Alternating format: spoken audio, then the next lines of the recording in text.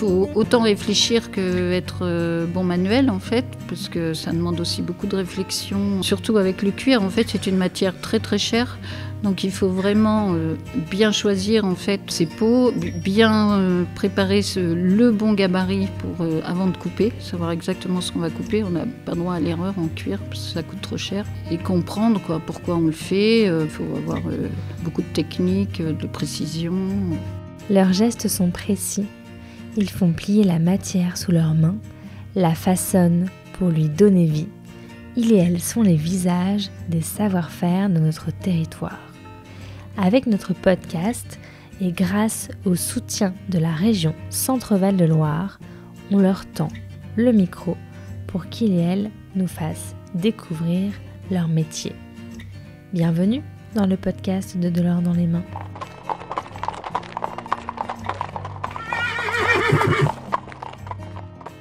L'artisan sellier sculpte dans le cuir la selle et le filet avec lesquels le cavalier vient épouser l'encolure, la bouche et le dos du cheval. Dans le Loir-et-Cher, la sellerie percheronne perpétue ce savoir-faire à la manière d'un atelier de couture pour chevaux. Des odeurs de cuir, le bruit de la machine à coudre et des pièces aux 1000 nuances de marron. Pour habiller le cheval et l'écuyer, il faut être très méticuleux. Avec leur couteau à pied, les selliers viennent découper en rondeurs les futurs quartiers de la selle. Avec leur emporte-pièce, ils incisent le cuir dans lequel passera l'étrivière. Avec leur pince à coudre, ils tiennent les pièces de cuir qu'ils viendront relier par un fil à l'aide de 2 aiguilles. C'est un véritable balai d'outils pour façonner l'objet de toute une vie, la selle de l'écuyer. Et ici, c'est un savoir-faire qui est transmis de mère en fils.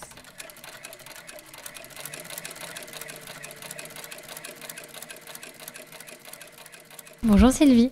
Bonjour. Vous nous raconteriez un petit peu l'histoire de la sellerie percheronne ?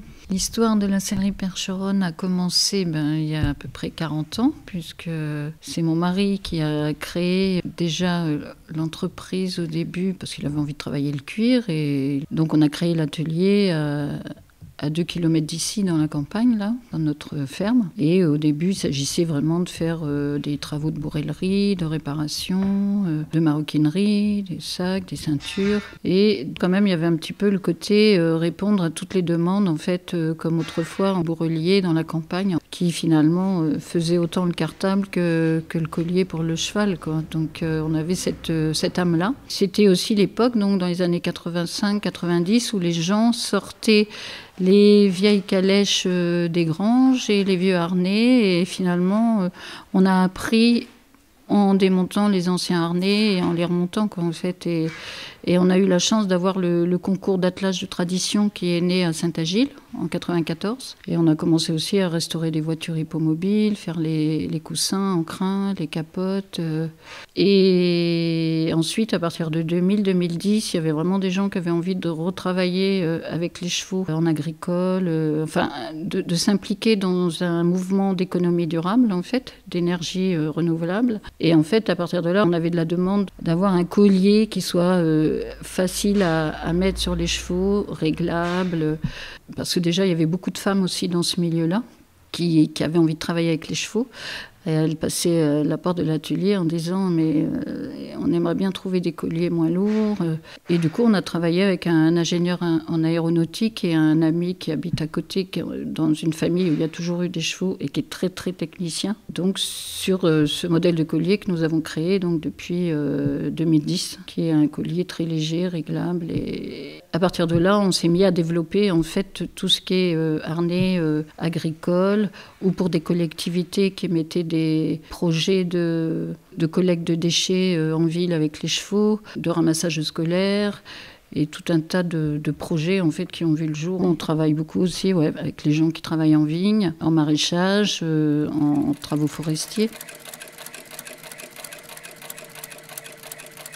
Vous sentez qu'il y a un renouveau depuis le Covid ? Il y a surtout depuis le Covid une prise de conscience de rentrer dans un autre esprit de qualité de produit, de consommer différemment. Après, je pense que ce n'est pas tout le monde, mais on le sent quand même, le plus local. Et je pense que déjà avant le Covid, nous on ressentait aussi beaucoup chez les jeunes qui allaient du coup à l'école après le bac, qui faisaient des années d'études, etc.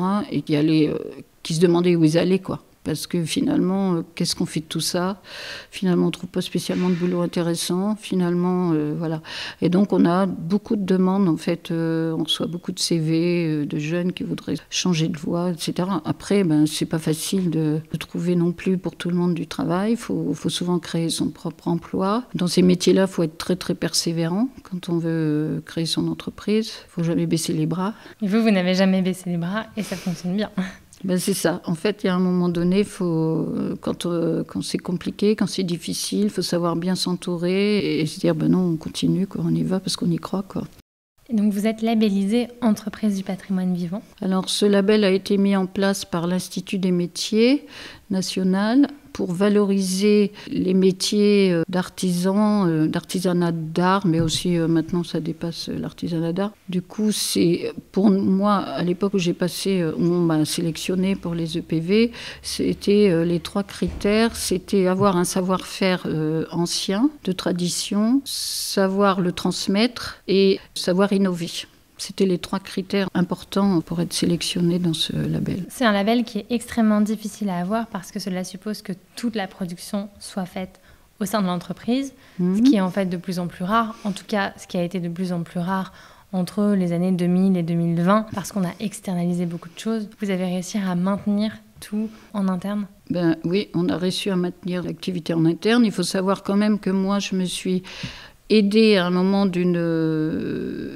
Par exemple, je vends des harnais d'importation pas très chers pour justement faire de l'attelage de loisirs ou du sportif. Dans les années 90-2000, c'était très difficile de vendre du harnais fabrication maison. C'était beaucoup trop cher par rapport au marché. Mais on faisait quand même beaucoup de produits. Et maintenant, en fait, on est...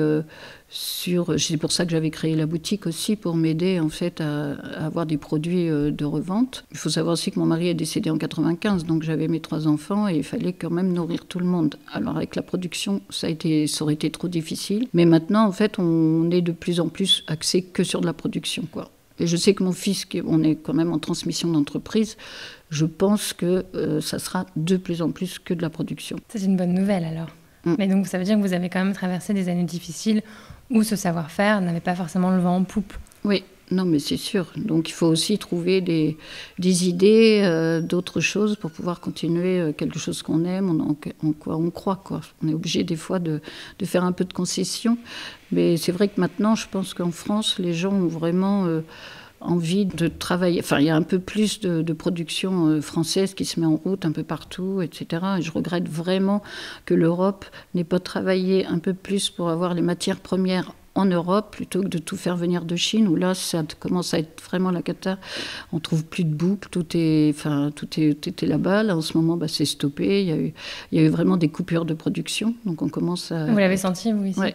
Ouais. Parce que c'est vrai qu'au-delà de vos cuirs, vous avez besoin de boucles. Surtout sur la bouclerie. Sinon, en cuir, on a toujours prix français, donc ça fonctionne. Mais en bouclerie, c'est assez compliqué, quoi. Et vous savez fabriquer un harnais ? J'ai su faire des harnais, mais bon, maintenant j'ai des salariés parce qu'il faut que je passe la main aussi. Donc j'ai un salarié qui est là depuis presque 25 ans, que j'ai embauché en 97, avec qui on a fait tout ce chemin aussi ensemble, qui lui est beaucoup sur toute la partie harnais de travail. Et donc on a développé toute une gamme en fait, voilà, pour les professionnels. Et ensuite, il y a mon fils donc, qui est rentré dans l'entreprise entre 2008 2009, après sa formation à Ras-du-Pin et sa formation en sellerie générale chez les Compagnons, et qui nous a rejoints. Lui, il a apporté sa pâte très raffinée, et donc déjà de fabriquer des selles sur mesure, et aussi de maroquinerie plus haut de gamme. Et quand vous allez choisir vos cuirs, c'est quoi les critères d'un bon cuir ? On choisit des cuirs qui ont une belle facture de tannage, quoi, pour durer longtemps. Après, il ne faut pas qu'il y ait trop de défauts sur les peaux. parce que c'est aussi les peaux en fait, de vache. Il faut que les éleveurs ils soient conscients aussi que les peaux, il ne faut pas de barbelés, sinon on a plein d'égratignures quoi, en fait, dans les peaux. Enfin, il y a une qualité de peau aussi à choisir pour les tanneurs. Et nous, on choisit voilà, en fonction de ça. Enfin. Qu'est-ce que ça vous inspire, l'expression de l'or dans les mains ? C'est avoir des savoir-faire, en fait, savoir-faire de qualité qui permettent de fabriquer des pièces de belles factures, etc. quoi, donc, Merci Sylvie. Et ce sont quoi les différentes étapes pour fabriquer un harnais ? Fabriquer un harnais, en fait, c'est choisir déjà le bon cuir par rapport à ce qu'on a besoin de faire. Nous, on utilise surtout du cuir de vache, du bovin, des cuirs tannés en France, ou voire en Belgique, en frontalier, selon les produits qu'on a besoin. On va utiliser beaucoup de cuir chromé pour les parties agricoles, mais on utilise aussi du cuir végétal, tannage végétal. Ensuite, il faut couper les cuirs, faut parer toutes les parties qui ont besoin d'être parées, c'est-à-dire amincies selon les pièces que l'on va faire. Et puis ensuite, l'assemblage, beaucoup de couture. Alors, couture machine, couture main. Ici, tout le monde sait coudre à la main, façon cellier à l'ancienne, parce que c'est absolument nécessaire pour faire des belles finitions. C'est quoi la couture façon cellier ? C'est une couture à 2 aiguilles, en fait, avec des aiguilles qui ne piquent pas.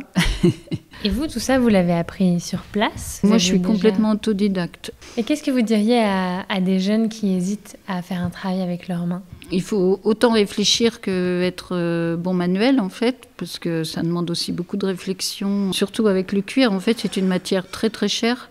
Donc il faut vraiment bien choisir en fait ses peaux, bien préparer le bon gabarit pour avant de couper, savoir exactement ce qu'on va couper. On n'a pas droit à l'erreur en cuir parce que ça coûte trop cher. Et comprendre pourquoi on le fait. Surtout par exemple en harnais de travail, il faut savoir où ça va. Ça demande de la résistance, pour que ça dure très longtemps et que ce soit très solide, etc. Puis après, si on veut faire des produits raffinés, c'est pareil, il faut avoir beaucoup de techniques, de précision. Et voilà, fin de l'épisode. C'était un podcast de l'or dans les mains avec le soutien de la région Centre-Val de Loire. Merci à Malo de Saint-Venant pour le montage et à Oscar Meurer pour la musique. De l'or dans les mains est une association qui a pour mission de sensibiliser la nouvelle génération aux métiers manuels. Nous concevons des outils pédagogiques comme ce podcast pour faire découvrir aux jeunes ces métiers et nous intervenons dans les établissements scolaires avec les artisans du podcast pour susciter des vocations. Vous pouvez nous suivre sur les réseaux sociaux, vous abonner à notre newsletter et même adhérer à notre association. À très bientôt!